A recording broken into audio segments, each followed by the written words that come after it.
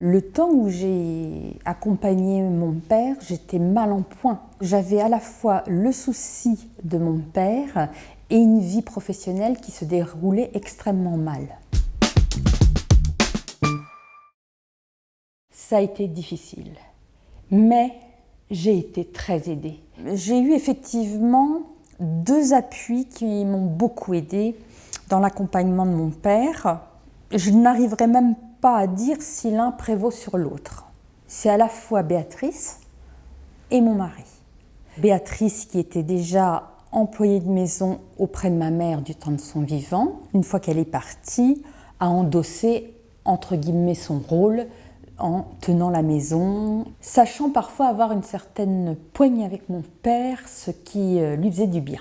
Pour illustration, elle lui faisait la liste des courses et elle l'envoyait avec son cabas faire ses courses.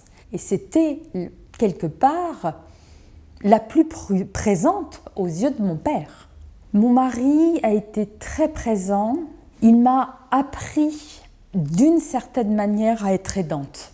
Mes 2 frères étaient à l'étranger, mais j'aurais aimé qu'ils soient bien plus présents. Mais j'ai été très agréablement surpris par l'attitude de personnes auxquelles je ne m'attendais pas. Je pense notamment aux frères et sœurs de mon mari. Vous savez que vous pouvez être relayés. Donc, non, moi je pense que c'est un beau cadeau. Le premier conseil que je donnerais,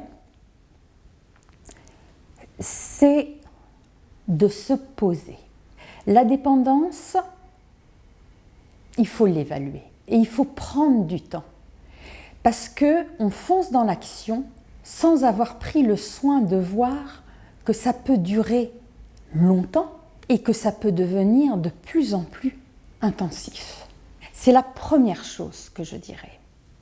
La deuxième, c'est d'organiser quelque chose de relativement officiel, type réunion de famille, où on listerait d'un côté tout ce que la prise en charge va induire en termes d'action à entreprendre, et de l'autre, ce que chacun est prêt à faire ou pas. Pour certains, ils vont faire beaucoup, mais parce qu'ils auront beaucoup reçu. Et ça sera un vrai geste d'amour. Mais ça ne sera pas le cas pour tout le monde. Et on est tous différents là-dessus.